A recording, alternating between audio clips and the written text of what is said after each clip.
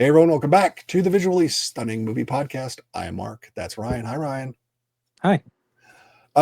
You saw this film late. Yes, I did. Much You were later. traveling. I think I was the last person in the world to see this movie. Maybe, but if so, then its box office totals are not going to get any bigger. Superman.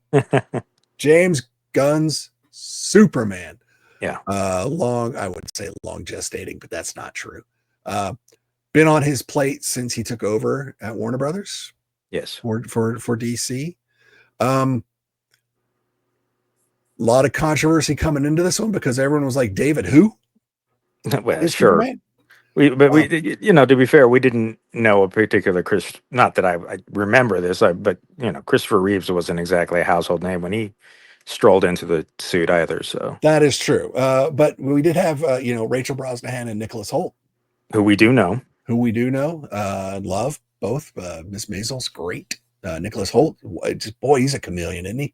Yeah, he does. Yeah, nice guy too, though. Great. Yeah. I met him once, but he was a good conversation. Yep. So yes, David Corn Sweat. Yes. Not Corn Sweat. Corn Sweat. Is Clark Kent / Kal-El, last son of Krypton.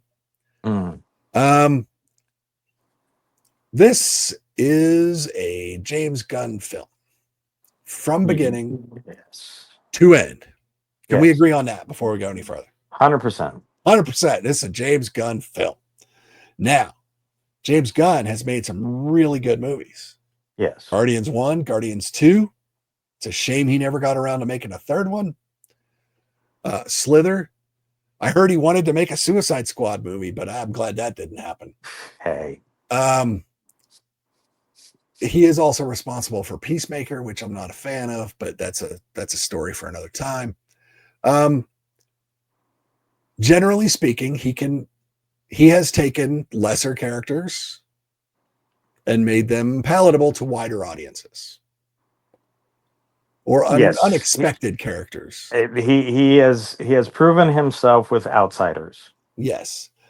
Superman's not an outsider. No. In terms of audience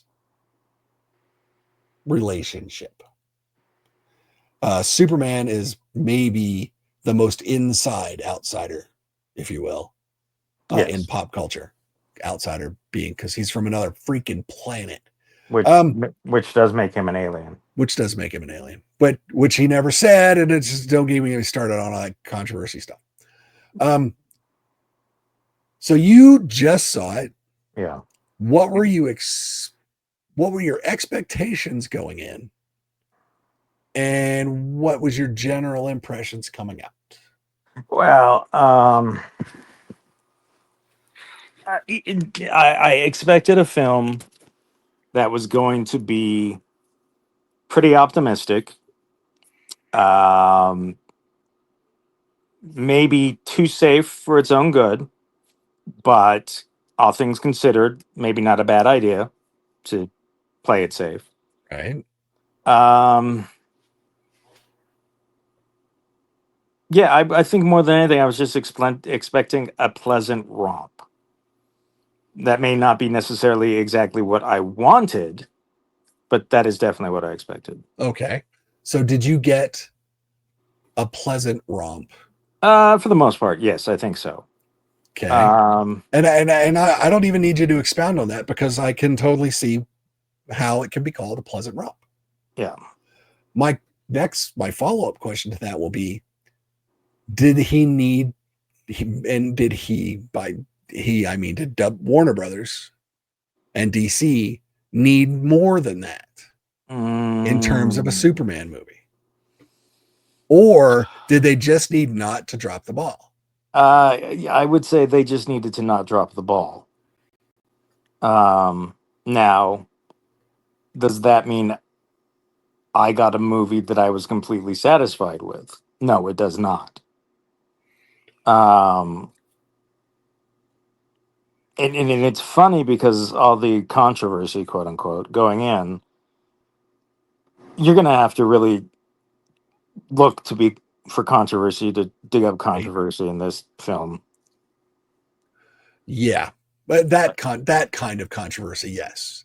I mean, I was because pretty robust in my written review, which is why I'm getting most of yeah, your thoughts on this. People can read mine. yeah. I mean, But we'll get there.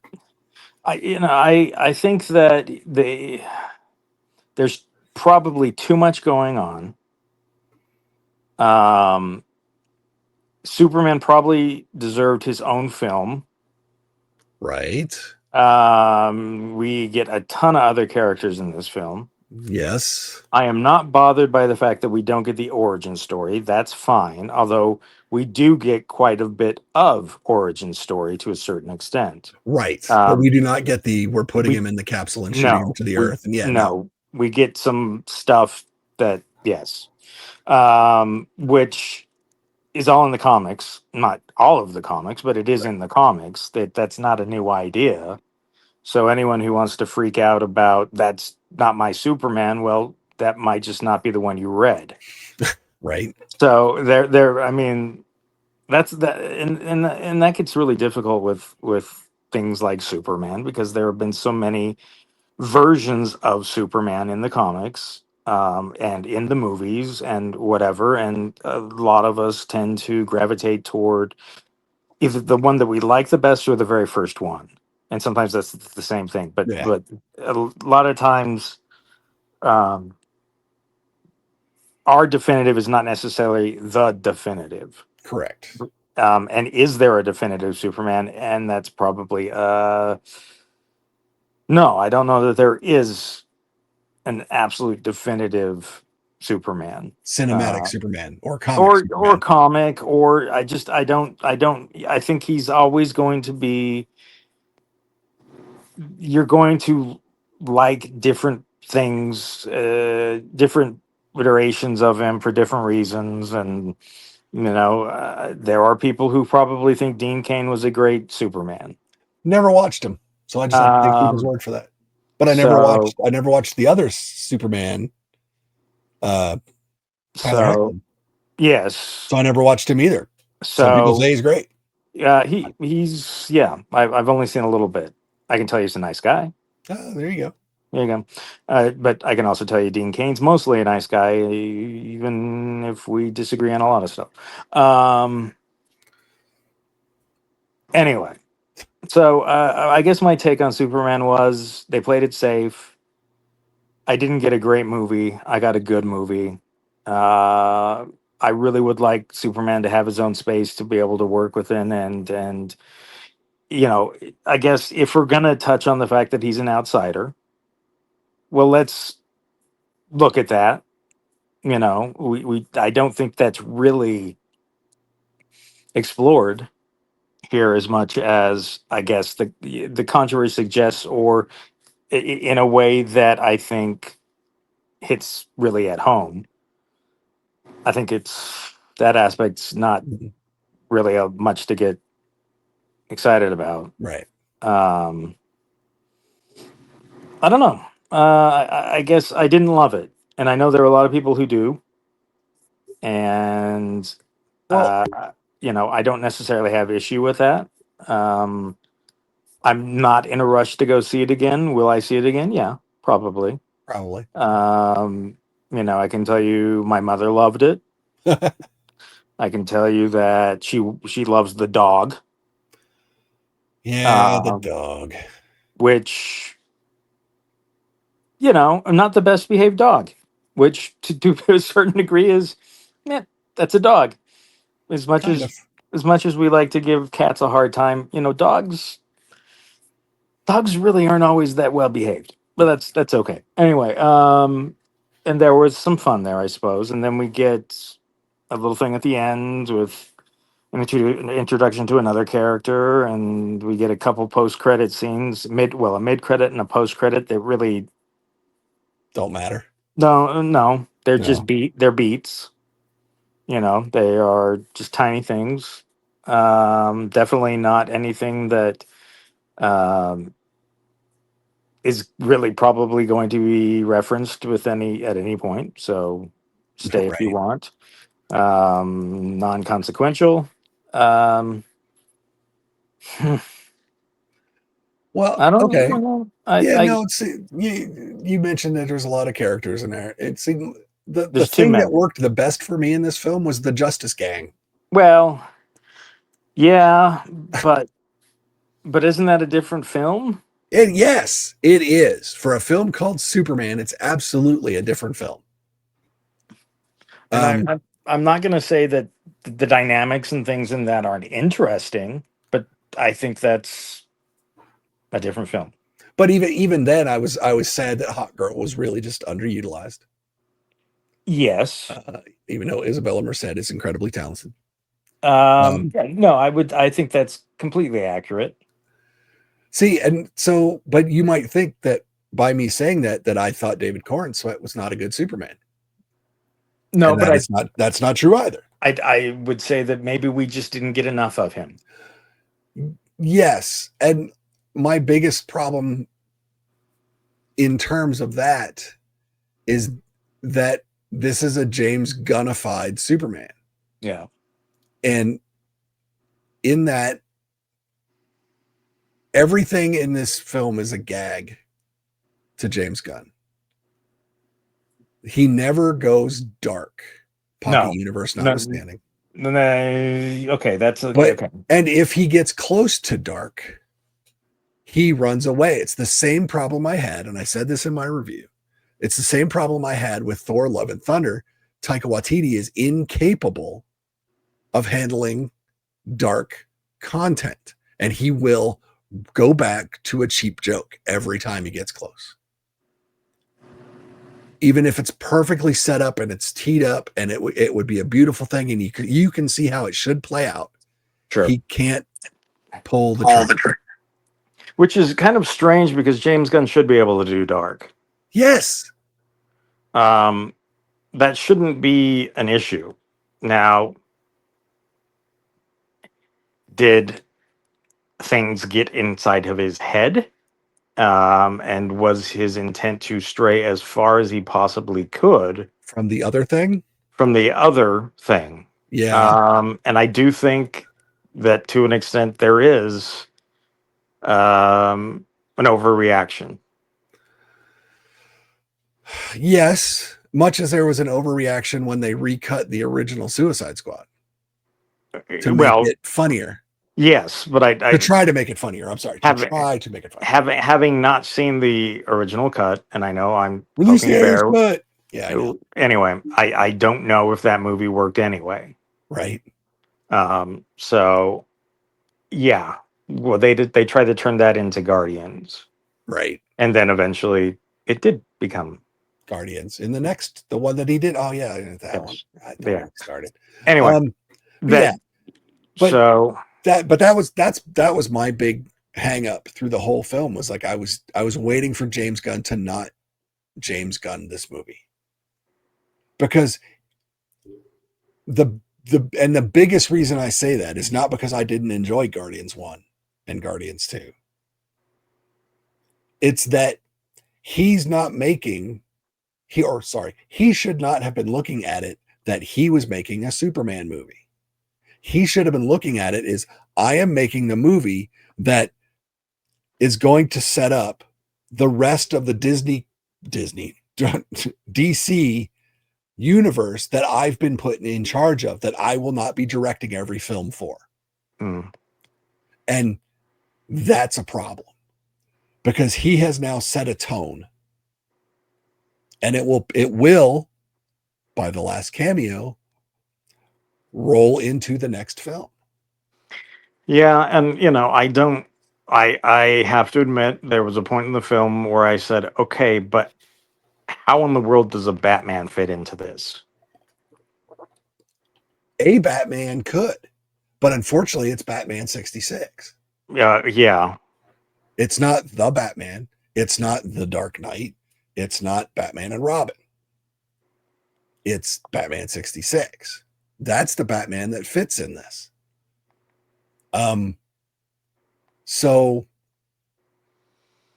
again, he approached this film as the director instead of the head of the studio. That's a problem. I didn't think he was a good choice to build any more than people said, well, they should have just put Zack Snyder in charge of the DCEU.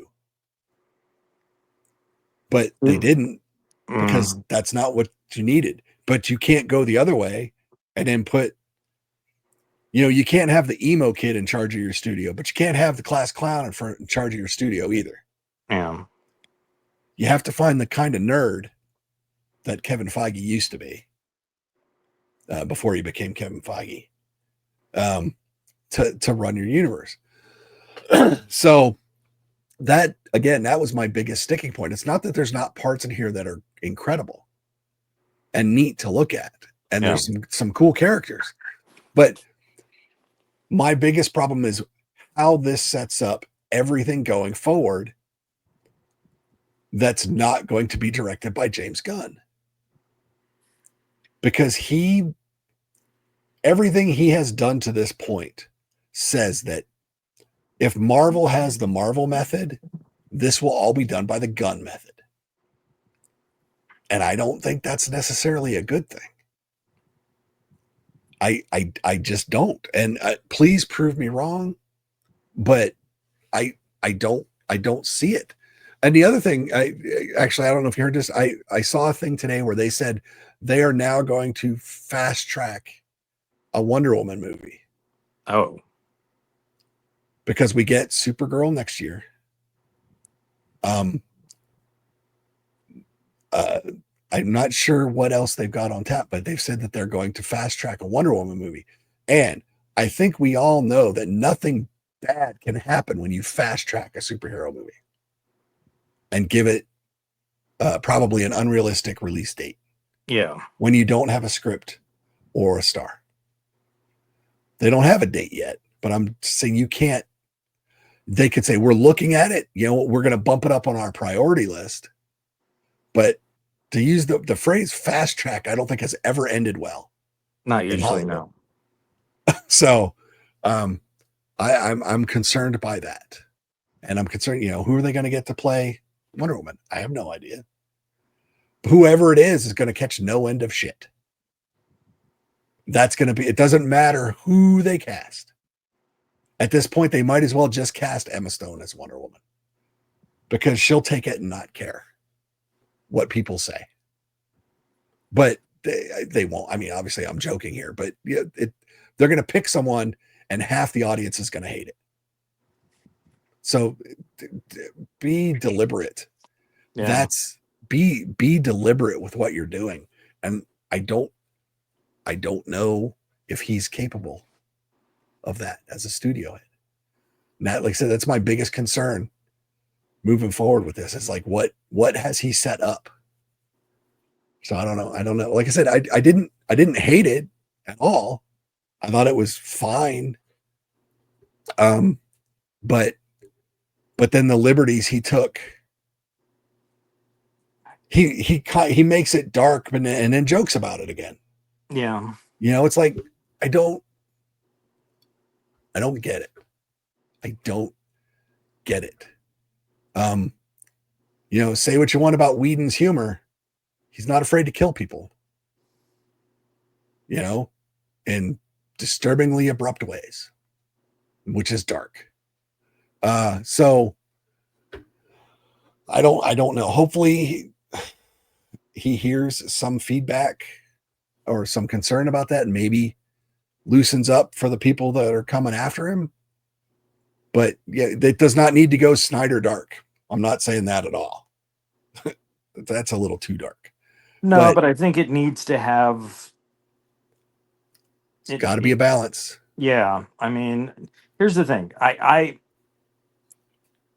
don't think Snyder's films were necessarily good movies, and I don't think they were the films that people wanted. And I think he didn't necessarily make films that matched the characters. We've talked about this. Yeah. But to his credit, he went hard. He went all in. Yeah. If it was going to be dark, it was going to be dark. I don't know that I feel like James Gunn went all in on this. Nope. I feel like maybe 50%. I don't know. I don't know.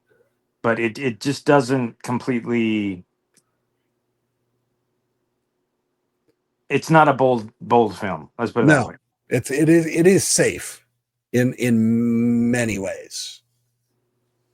But And maybe they needed that. I guess. I mean, they needed a hit. They and needed they've it. kind of got it one, but Yeah. But did they?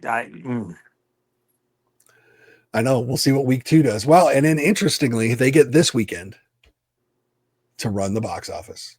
Yeah. And then next week, Fantastic Four. Yeah. I don't say that sitting here going, and Fantastic Four is going to kick its butt, because I've long established my concerns about the Fantastic Four. Yeah. But it is a big name, big budget, direct competition film that will be on its opening weekend. If there is a marked drop this weekend for Superman, that's huge. Yes. I'm going to be honest.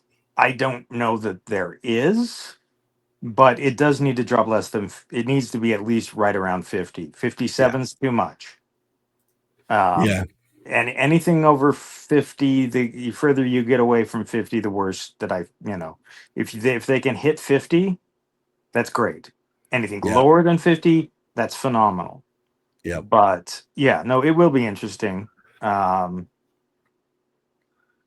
Yeah, looking at this right now, I just pulled up the box office by day for Superman. So Friday the 11th, which I believe counts previews, they went from $13,500 per theater, and they kept the same number of theaters. Yesterday, their theater average was 2,800. Yeah. So they went 13, which was with previews, to 9 to 75 to 31 to 41 to 28. Yeah. So there's a trajectory there. But I mean, because even from Saturday to Wednesday is 75%. Tuesdays and Wednesdays are notoriously dead. Well, everyone was very excited because Tuesdays it's take one up 32%. Well, okay. From the day prior. So it's like it's a weird, but then it went down 31. So again, it'd be interested to watch that per theater average, because that's the number that really counts. Is well, I mean the overall counts, but if your theater count stays the same and your average goes down, that's a bad thing. Yeah, even I can figure that out. And I have an English degree, not an accounting degree, so it'll be interesting. But like I said, yeah. So Fantastic Four is coming. Fantastic Four on weekend 1 should win. At that point, it should. The shine should be off Superman. And the next shiny thing will be the Fantastic Four. After that, I have no idea what's going to happen.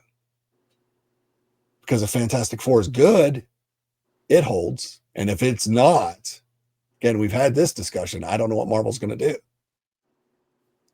Yeah. Especially if it is not good. Not if it's not great. Not if it's not good. I don't know what Marvel does. So we'll see. It'll be interesting to go.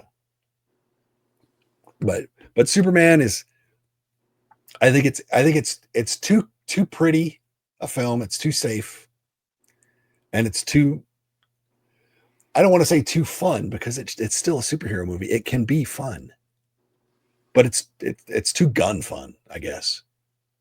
And that's more of a problem for what it portends, than what it's doing in this film. In this film, you kind of allow it.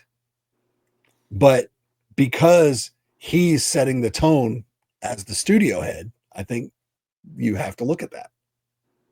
So I don't know. Interesting. We'll see.